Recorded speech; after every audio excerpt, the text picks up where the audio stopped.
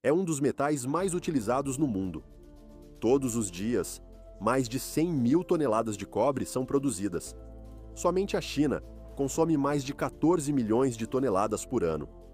Para se obter apenas 1 tonelada de cobre, é necessário extrair cerca de 200 toneladas de rocha. Mas você já se perguntou como o cobre é produzido? Visitamos uma das maiores minas do mundo para entender como se obtém um dos metais mais valiosos do planeta.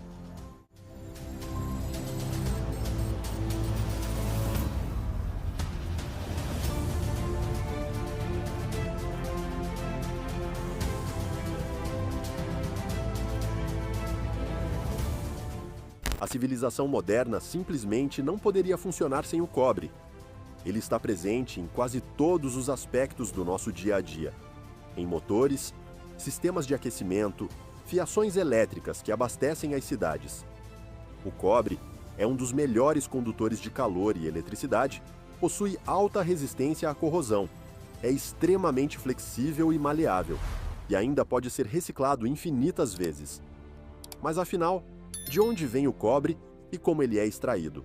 O cobre está presente na crosta terrestre, geralmente em rochas sedimentares situadas abaixo da superfície. Sua extração é um processo complexo e composto por várias etapas.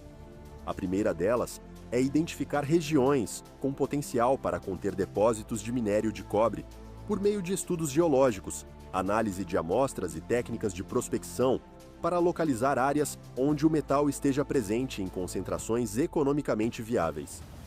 Um exemplo é a mina de Chuquicamata, localizada no deserto do Atacama, ao norte do Chile.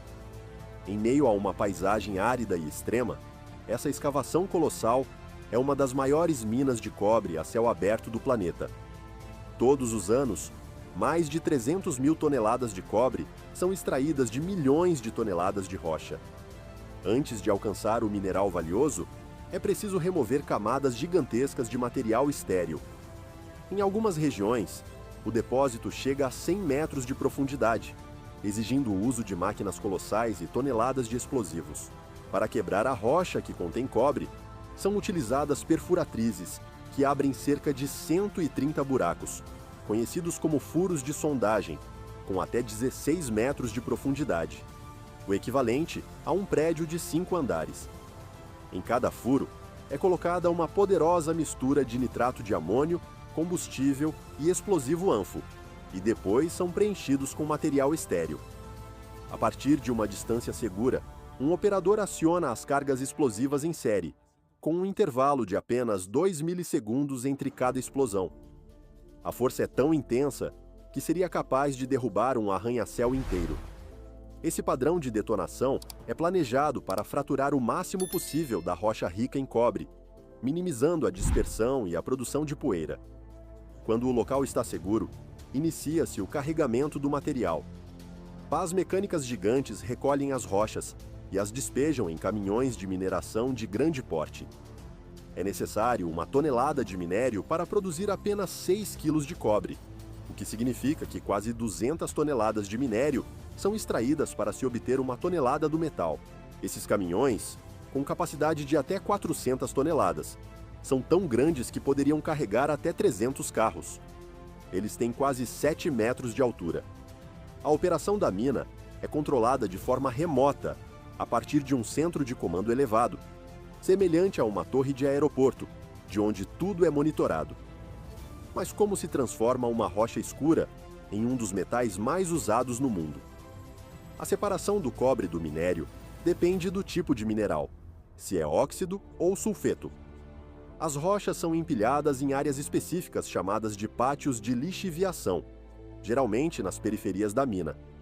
Lá, são irrigadas com uma solução diluída de ácido sulfúrico, que penetra lentamente nas rochas e dissolve o cobre ao longo de semanas. Essa solução rica em íons de cobre é então coletada em piscinas e encaminhada à planta de processamento. Em canais especiais, a solução se mistura com um reagente orgânico, flutuando na superfície. Posteriormente, uma nova solução ácida é adicionada, aumentando a concentração de cobre e tornando-a condutiva. Ela então é transferida para tanques, onde finas placas metálicas chamadas cátodos são mergulhadas. Com a aplicação de corrente elétrica, o cobre começa a se depositar nessas placas. Em cerca de 10 dias, cada cátodo atinge 2,5 centímetros de espessura e 125 quilos, com uma pureza de 99,99%, ideal para aplicações elétricas. Quando o minério é de sulfeto, o processo é mais complexo. Tudo começa em um moinho gigante, onde bolas de aço esmagam as rochas até virarem fragmentos. Os pedaços menores seguem para moinhos secundários, enquanto os maiores retornam para a nova moagem. Depois de moído, são adicionados produtos químicos e agentes espumantes, que fazem com que o cobre se prenda às bolhas de ar nos tanques de flotação. Essa espuma rica em cobre é coletada e filtrada, resultando em um concentrado com 25% a 30% de pureza.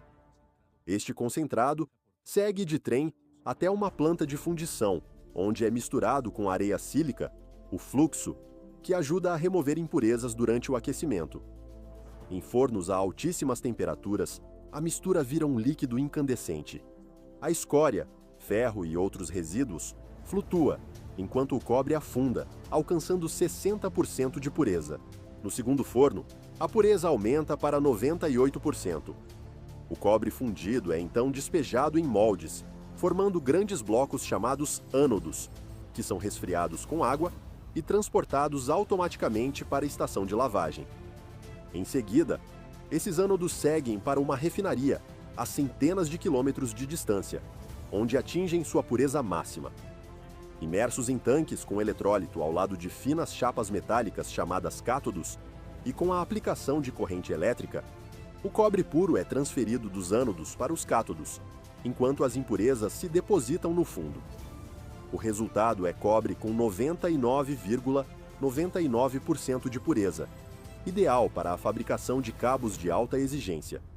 O cobre fundido é então colocado em um forno vertical, derretido novamente, e canalizado para moldes que formam barras retangulares de 6 metros de comprimento.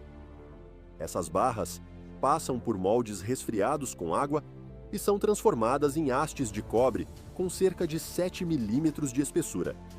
Em seguida, são enroladas em bobinas de aço e compactadas para facilitar o transporte. Essas bobinas serão transformadas em fios condutores, prontos para levar eletricidade ao mundo inteiro. Se você quiser saber como o vidro é feito, o link está na descrição e no primeiro comentário. Curta o vídeo se gostou, compartilhe com alguém que possa se interessar e inscreva-se no canal, ativando as notificações para continuar aprendendo. Tudo de